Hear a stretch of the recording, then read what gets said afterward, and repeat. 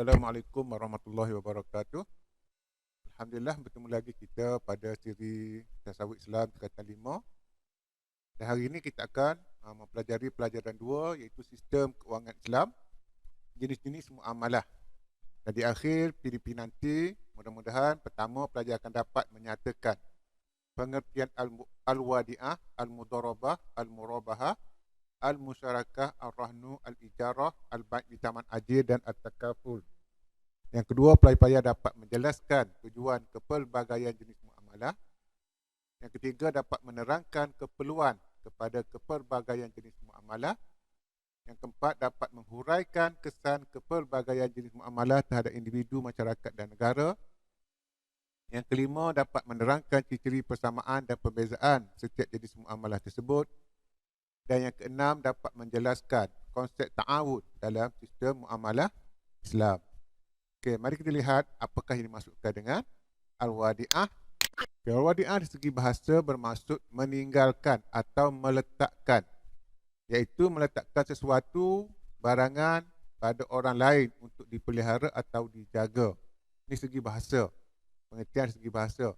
Tapi yang dikehendaki di sini adalah pengertian segi istilah, iaitu memberikan sesuatu barang atau harta yang berharga kepada orang lain untuk disimpan dan dijaganya. Kita letakkan satu barang kita yang berharga kepada orang untuk orang tu jaga barang tersebut. Misalnya kita nak bermusafir, kita nak berjalan jauh, kita ada rumah misalnya ataupun kita ada harta, kita tinggalkan rumah kita tu kepada seseorang yang boleh dipercayai. Dan apabila kita pulang balik, kita pulang semula ke tempat kita pun boleh ambil semula barang tersebut. Itu nama dia al-wadi'ah. Ataupun akaun simpanan wang secara Islam. Akaun simpanan wang secara Islam dalam sistem perbankan ialah pendeposit akan mengamanahkan kepada bank bagi menyimpan wang bagi pihak pendeposit. Bank pula akan memberi jaminan bahawa wang tersebut akan dikembalikan kepada pendeposit sama ada sepenuhnya atau sebahagian daripadanya, seperti mana yang telah dituntut oleh pendeposit. Ini dalam konsep perbankan, al-wadi'ah, di mana pendeposit akan menyimpan wang mereka dalam bank. Kemudian pada bila masa, pendeposit dapat mengambil semula wang tersebut. Itu maksud al-wadi'ah. Ataupun akaun simpanan. Akaun simpanan. Okey, yang kedua, murabahah. Murabahah iaitu menjual barang dengan tambahan keuntungan, di mana barang tersebut diserahkan segera manakala harga jualan yang terdiri daripada kos dan keuntungan dibayar kemudian oleh pembeli. Ataupun jual beli suatu barangan dengan makluman harga kos bersama-sama tambahan margin keuntungan. Ini murabahah. Kita menjual barangan tersebut, satu barang secara ansuran, pembayaran secara ansuran, di mana pembeli mengetahui, dia tahu modal yang dikeluarkan oleh penjual dan keuntungan yang ingin diperolehi oleh penjual. Dan pembeli tersebut akan mendapat barangan tersebut dan harganya dibayar secara ansuran mengikut tempoh masa yang telah dipersetujui bersama. Cara pelaksanaannya ialah dengan cara pihak bank membelikan barangan yang diperlukan oleh peminjam atas nama bank. Kemudian pihak bank menjual barangan tersebut kepada peminjam dengan harga yang dipersetujui bersama dan akan dibayar dalam jangka masa yang telah ditetapkan. Ini contoh dia. Misalnya seseorang nak beli rumah. Jadi dia telah mengetahui harga rumah tersebut misalnya RM120,000. Dan dia pergi kepada bank. Bank pun akan membeli barang rumah tersebut daripada pemaju dengan harga sebanyak RM120,000. Dan bank akan menjual balik kepada pembeli tadi dengan harga misalnya RM150,000. Bank ingin dapatkan keuntungan sebanyak RM30,000. Jadi harga modal dan keuntungan RM30,000 yang ingin diperoleh oleh bank itu diketahui oleh pembeli. Jadi cara pembelian tersebut dinamakan sebagai murabahah. Murabahah, jualan dengan penambahan keuntungan. Dinyatakan keuntungan dan modal. Maksudnya pembeli mengetahui modal dan keuntungan yang ingin diperolehi. Rumah tersebut pembeli dapat segera dan harga jualannya dibayar secara ansuran selama masa yang telah dipersetujui bersama. Okey, ini murabahah. Tadi wadiah, murabahah. Yang seterusnya mudharabah. Itu pelaburan. Yang ketiga mudharabah, pelaburan, iaitu dari segi bahasa bermaksud persamaan pelaburan atau potongan kerana pelabur memotong sedikit daripada hartanya untuk diberikan kepada pengusaha. Dalam istilah syarak bermaksud pelabur memberi modal kepada orang tertentu, kepada pengusaha untuk diperniagakan. Pelabur akan beri sedikit wang kepada pengusaha untuk diperniagakan dan keuntungannya dibahagi dua atau sebahagiannya menurut perjanjian yang telah dipersetujui bersama semasa akad. Tetapi jika ada kerugian, hanya akan ditanggung oleh pihak pelabur saja. Okay, maksudnya, jadi kita tengok konsep perbankan al-mudharabah. Satu perjanjian yang dilakukan antara pemodal dan pengusaha, di mana pemodal bersetuju membiayai sesuatu projek yang sedang atau akan dilaksanakan oleh pihak bank secara berkongsi untung menurut nisbah keuntungan yang terlebih dahulu dipersetujui secara bersama. Okay, ini kita misalnya ada seseorang ingin melakukan suatu projek, buat projek, jadi kita memberi mereka sedikit wang sebagai modal, dan dalam perjanjian itu kita telah nyatakan jika ada untung, maka keuntungan daripada projek tersebut akan dibagi seluruh ataupun margin yang telah dipersetujui bersama. Itu mudharabah, pelaburan. Jadi kata sistem mudharabah amat praktikal kepada pelabur dan pengusaha. Pelabur pun dapat keuntungan, pengusaha pun dapat keuntungan. Sebab apa? Kerana pelabur boleh mengembangkan hartanya melalui bidang perniagaan walaupun beliau tidak punya kepakaran dalam perniagaan. Kepada pelabur, keuntungan kepada pelabur, pelabur dapat mengembangkan hartanya walaupun mereka tidak mempunyai kepakaran dalam perniagaan. Manakala keuntungan kepada pengusaha pula ialah pengusaha yang tidak mempunyai modal tapi pakar dalam bidang perniagaan dapat menjalankan perniagaan mereka melalui modal yang dilaburkan oleh pelabur. Jadi dua-dua golongan tersebut mendapat keuntungan sama ada pelabur dan pengusaha. Okay, seterusnya musyarakah, al-musyarakah, iaitu syarikat. Dari segi bahasa, syarikah atau musyarakah bermaksud bercampur atau berkongsi. Dalam hal ini, mencampurkan satu modal dengan modal yang lain sehingga tidak dapat dipisahkan antara satu sama lain. Musyarakah ini bercampur modal. Menurut istilah fiqh ataupun istilah syarak, suatu akad antara dua orang atau lebih untuk berkongsi modal dan bersekutu dalam keuntungannya. Dua orang ataupun lebih daripada dua orang bersetuju untuk berkongsi modal dan berkongsi keuntungan dan kerugian sekali jika ada. Jadi dalam istilah perbankan, iaitu satu perjanjian usaha sama antara dua atau beberapa orang pemilik modal untuk menyerahkan modalnya dalam menjayakan sesuatu projek. Keuntungan dan kerugian daripada projek tersebut berdasarkan besar atau kecilnya modal masing-masing sebagaimana telah dipersetujui secara bersama. Musyarakah ni ialah syarikat. Dua tiga orang kongsi modal, kongsi, dan mereka buat satu projek. Jika ada untung, mereka kongsi sama-sama untung, bagi sama-sama. Jika rugi, mereka akan rugi sama-sama. Dan mereka sama-sama bekerja. Itu nama syarikat. Okay, yang seterusnya ar-rahnu.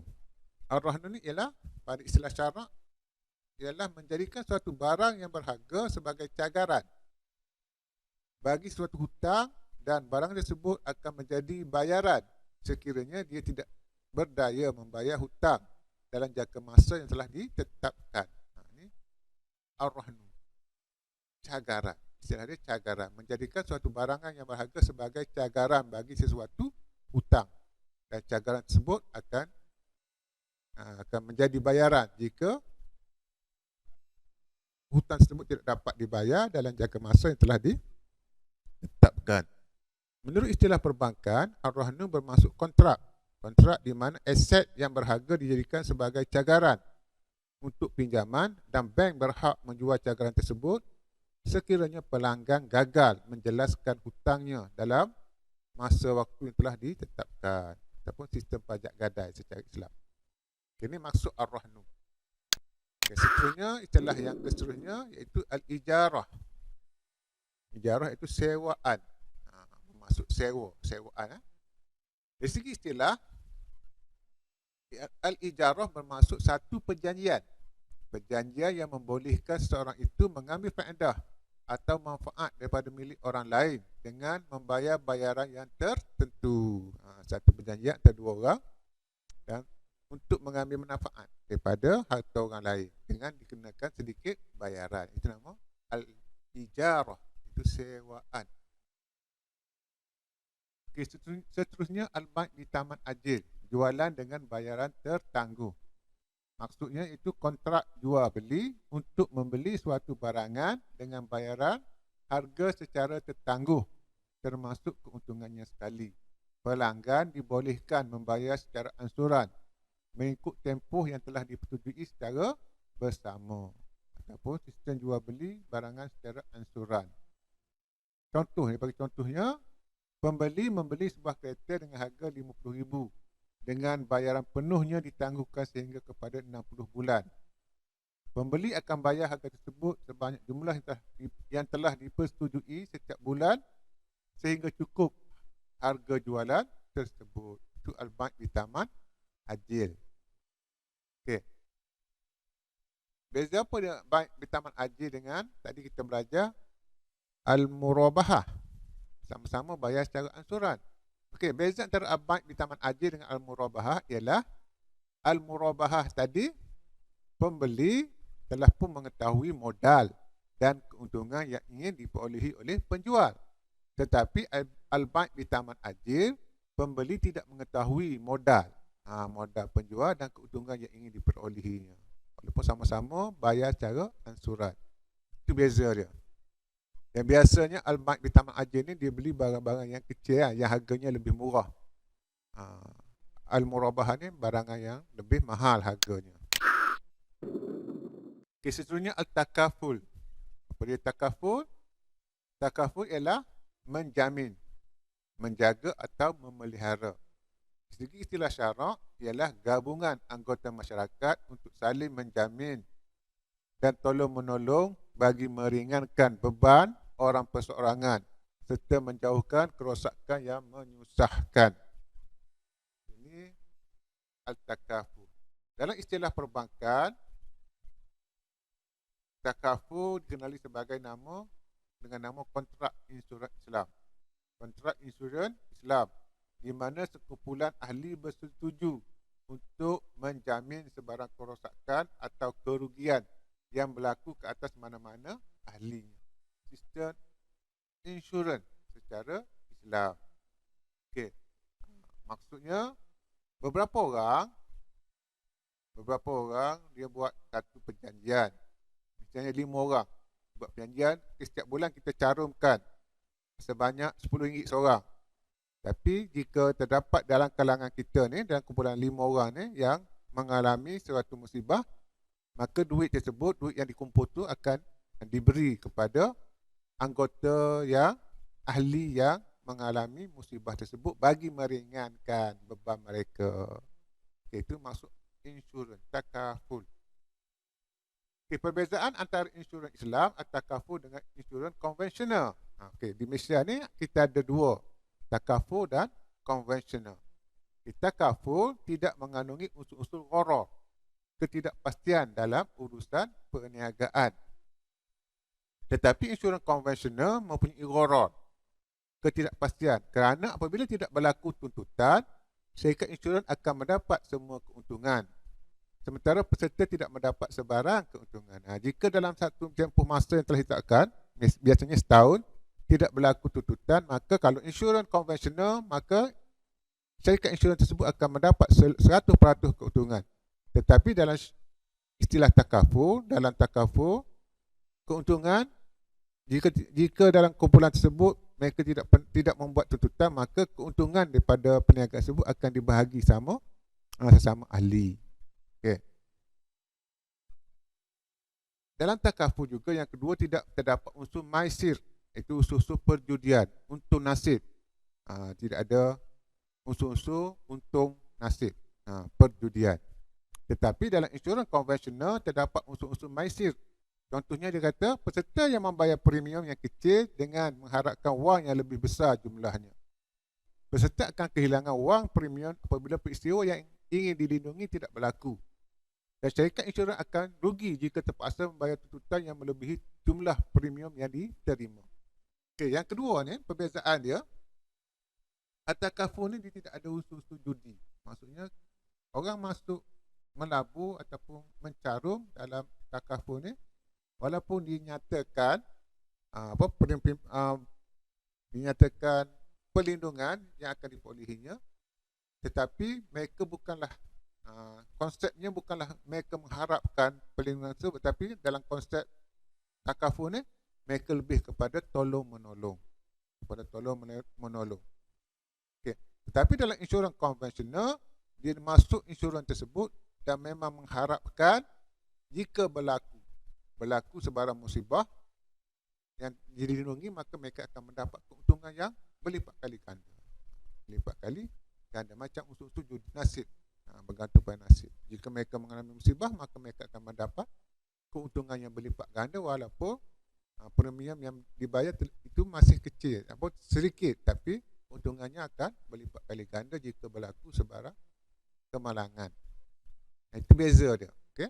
Beza antara takaful dengan konvensional. Saya ulang balik. Pertama, takaful tidak punya unsur-unsur gharar, ketidakpastian dalam urusan niaga. Tapi insurans konvensional mempunyai ketidakpastian. Okay? Sebab kalau tidak berlaku apa-apa, maka tak dapat apa-apa, kosong. Jika berlaku baru kita akan dapat sesuatu.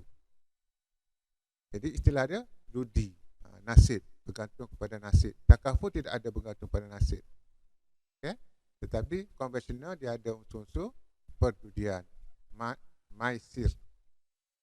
Okay, itu seterusnya. Okay, kita dah habis, dah pun mengetahui apa dia al-wadi'ah, murabahah, mudharabah, al-musyarakah, al-rahnu, al-ijarah, al-baik bitamal aji dan takaful.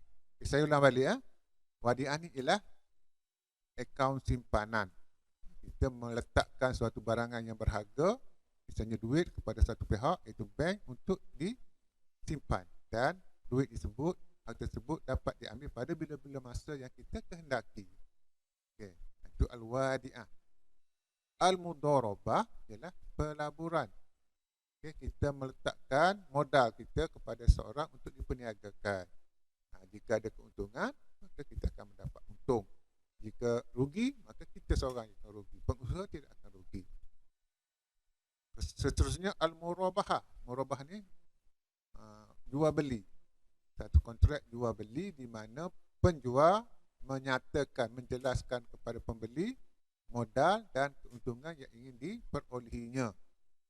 Dan pembeli akan membayar harga tersebut, harga jualan tersebut beserta dengan keuntungannya secara ansuran selama masa yang telah ditetapkan.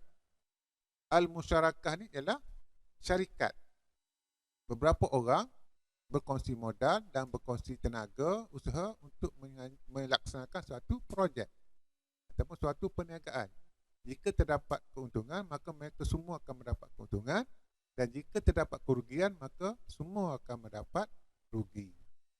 Seterusnya ar-rahnu.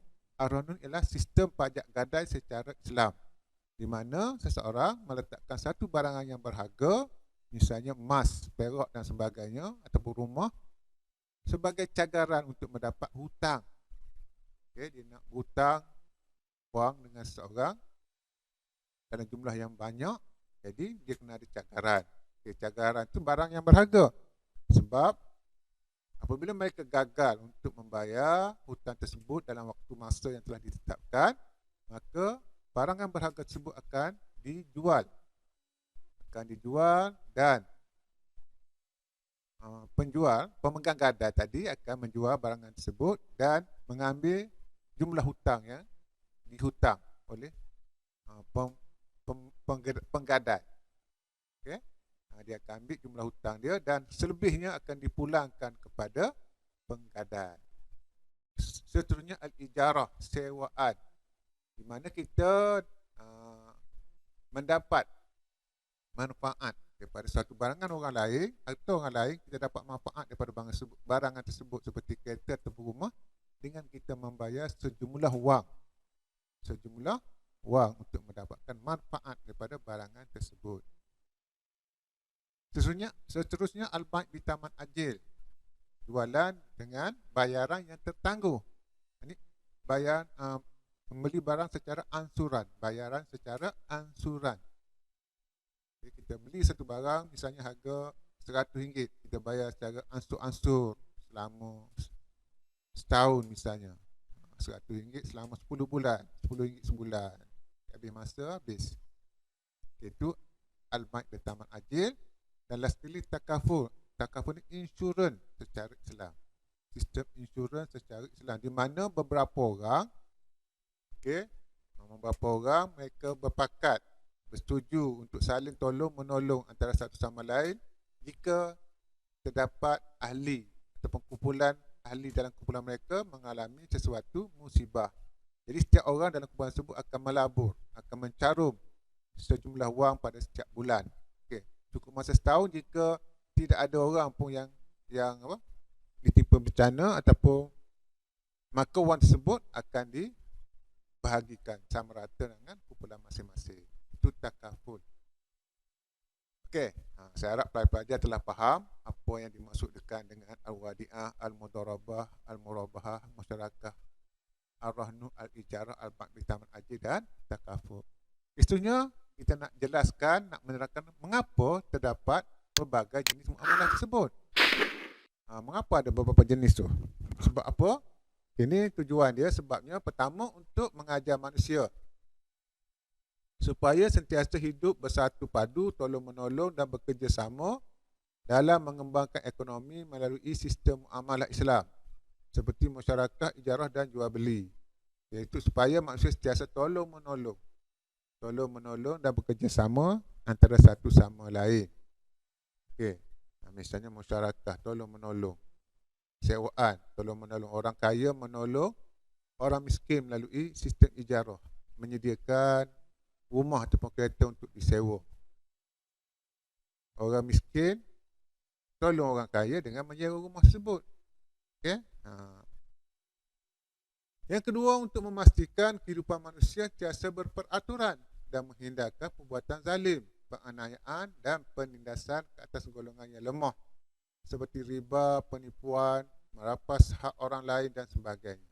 Sebab itu Islam menyediakan pelbagai jenis muamalah supaya manusia terhindar daripada perbuatan zalim, penganiayaan, penindasan dan sebagainya.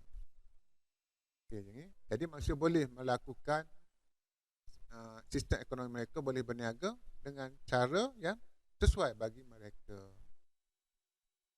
Kemudian yang ketiga, untuk keselesaan dan kemudahan manusia memilih cara bermuamalah yang terbaik mengikut keperluan mereka. Contohnya, orang kaya boleh mengembangkan hartanya melalui mudharabah, manakala orang miskin pula boleh menambahkan modal perniagaan mereka melalui murabahah dan sebagainya. Ini mengapa adanya pelbagai jenis muamalah tersebut. Keperluan kepada kepelbagaian jenis muamalah. Apa keperluan dia? Pertama, untuk memberi peluang kepada manusia melaksanakan aktiviti ekonomi mereka dengan lebih berkesan dan tidak hanya bergantung kepada jenis muamalah tertentu sahaja. Contohnya, manusia boleh melakukan pelbagai aktiviti perniagaan untuk mendapatkan wang seperti al-ijarah, al-rahnu dan al-bai' bi taman ajil dan sebagainya. Kita boleh melaksanakan pelbagai aktiviti ekonomi dengan lebih berkesan. Itu yang pertama. Yang kedua, untuk memastikan setiap manusia dapat menikmati dan memenuhi keperluan hidup mereka mengikut kemampuan mereka. Contohnya, orang miskin dapat memiliki suatu barangan yang diperlukan oleh mereka melalui ijarah atau al-bai' di taman ajil. Orang miskin boleh menyewa ataupun membeli barangan secara ansuran. Yang ketiga, untuk menggalakkan orang yang mempunyai harta membantu golongan yang kurang berharta, di samping dapat mengembangkan lagi harta tersebut melalui aktiviti ekonomi yang dibenarkan oleh syarak seperti ar-rahnu, al-ijarah dan sebagainya. Okey, supaya harta itu sentiasa berkembang. Dan yang keempat, untuk menggerakkan ekonomi dengan lebih pesat lagi, kerana manusia mempunyai pelbagai pilihan dalam mendapatkan modal perniagaan mereka, seperti melalui musyarakah, murabahah dan sebagainya. Okey, ini mengapa manusia memerlukan pelbagai jenis muamalah. Okay, saya ulang balik. Pertama, untuk memberi peluang kepada manusia melaksanakan aktiviti ekonomi dengan lebih berkesan. Yang kedua, memastikan setiap manusia dapat menikmati dan memenuhi keperluan hidup mereka. Yang ketiga, untuk mengalakkan orang yang berharta membantu golongan yang kurang berharta. Dan yang keempat, untuk menggerakkan ekonomi dengan lebih pesat lagi. Ini keperluan kepada berbagai jenis muamalah. Dan seterusnya, apakah kesan? Kesan kepelbagaian jenis muamalah. Okay, kesan pertama kepada individu. Kepada individu, pertama, individu mempunyai banyak pilihan dalam bermuamalah. Yang kedua, individu dapat hidup dengan tenang kerana keselamatan harta benda mereka terjamin melalui pelbagai sistem muamalah yang disediakan. Dan yang ketiga, individu boleh menceburi pelbagai bidang ekonomi melalui pelbagai jenis muamalah seperti murabahah, musyarakah dan sebagainya. Ini kesan baik kepada individu. Seterusnya, kesan baik kepada masyarakat dapat melahirkan semangat tolong-menolong di dalam kalangan anggota masyarakat. Contohnya, orang kaya boleh menolong orang miskin memulakan perniagaan dengan melakukan mudharabah, pelaburan. Yang kedua, masyarakat akan hidup dengan aman dan harmoni kerana setiap orang dapat menikmati kemajuan ekonomi dengan cara mereka sendiri. Yang ketiga, masyarakat dapat menikmati ekonomi negara dengan lebih teratur dan tersusun kerana setiap urusan mereka dikawal oleh sistem muamalah yang pelbagai. Seterusnya, kesan kepada negara.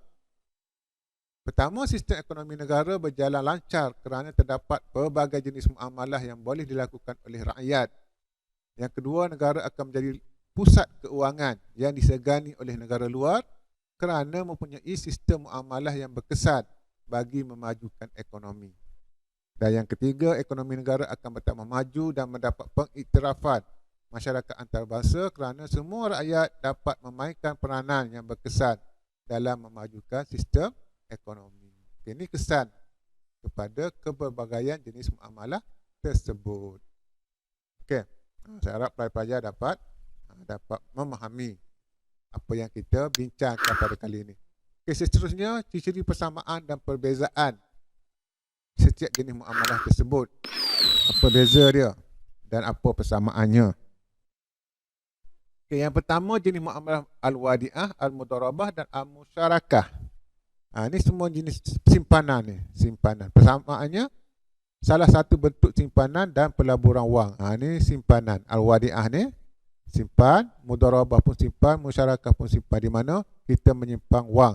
Al-wadi'ah ni kita simpan kepada seorang, mudharabah ni simpan juga sebagai pelaburan, musyarakah ni simpan juga sebagai syarikat, simpan duit yang kita ada.